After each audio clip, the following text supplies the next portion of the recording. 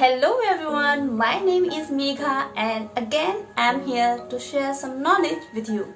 So I'm gonna talk about a word for this video is nostalgia. Let's see what is an appropriate way to say this word. Mostly people call out it to say nostalgia, which is incorrect way to say this word. The correct pronunciation is nostalgia, correct? Now move further and let's see how can we define this word. So nostalgia is a sentimental longing or wistful affection for the past, typically for a period or place with personal associations. That means nostalgia जो है वो एक भावुक लालसा है या फिर आप कह सकते हैं उदासी से भरा हुआ स्नेह है पास्ट की चीज़ों के लिए, टिपिकली किसी खास जगह या समय जिसके साथ हमारी अच्छी यादें जुड़ी होती हैं, जिसे हम फिर से पाना चाहते हैं, तो उस फीलिंग को आप नॉस्टैल्जिया वर्ड से एक्सप्रेस कर सकते हैं।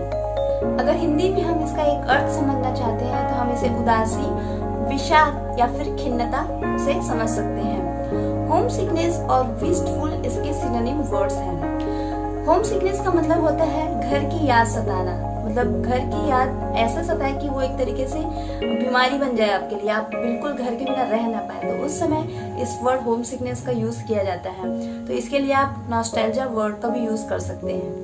मुझे लगता है कि नॉस्टैल्जिया एक ऐसी फीलिंग है जिसे हर कोई अपनी लाइफ में एक न एक बार तो जरूर ही फील करता है या उस दौर से गुजरता है, चाहे वो अपने बचपन को याद करना हो या फिर अपने स्कूल डेज को याद करना हो, कॉलेज डेज को याद करना हो, और भी बहुत कुछ है। हर किसी की लाइफ में कुछ ना कुछ ऐसा जरूर होता है पास्ट में कि वो उसे फिर से पाना चाहता है या फिर से उसको जीना चाहता है। तो ये this is very common feeling, right? अगर मैं अपनी बात कहूँ तो मैं एक छोटा सा इंसिडेंट शेयर करना चाहूंगी।